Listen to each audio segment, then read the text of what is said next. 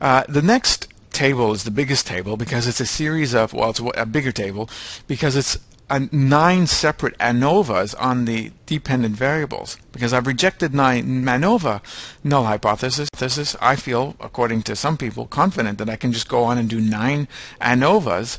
And we can see for verbal 1, the F value is equal to 62.27, and the P value, P less than 0.001, and partial eta squared of 0.168. All right, so I've rejected the null hypothesis. The 3 groups, somewhere along amongst the 3 groups, there's at least one significant difference between them on verbal test 1. In fact, they're all significant. Across all 9 dependent variables, the ANOVA found statistically significant differences somewhere. We don't know where, but it's somewhere.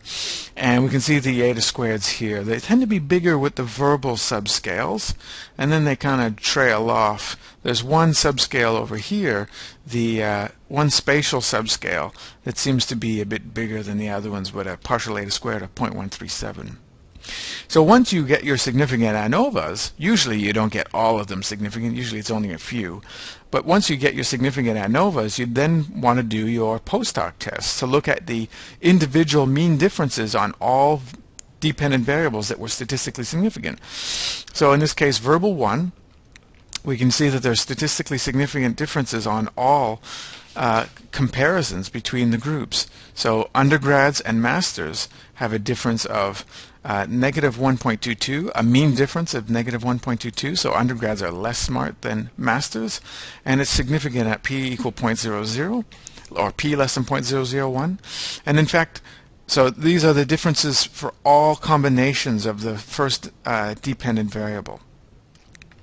So PhD in undergrad, difference of 2.89 in the means, and the significance level of p less than 0.001. And PhD in masters, they're also different, a difference of 1.67, and it's significant at p less than 0.001. They're all different, in fact.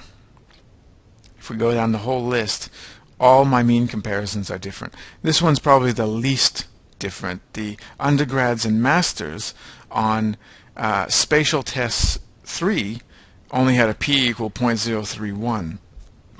Now, whether you decide to do Bonferroni corrections here or not is up to you, but some people, a lot of people argue you do the MANOVA first, and then you go on to do as much analyses as you want because you're protected, because you've got a significant ANOVA.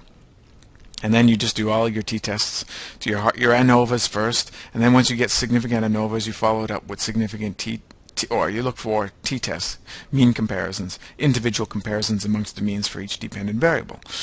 And along there, you don't do any Bonferroni corrections.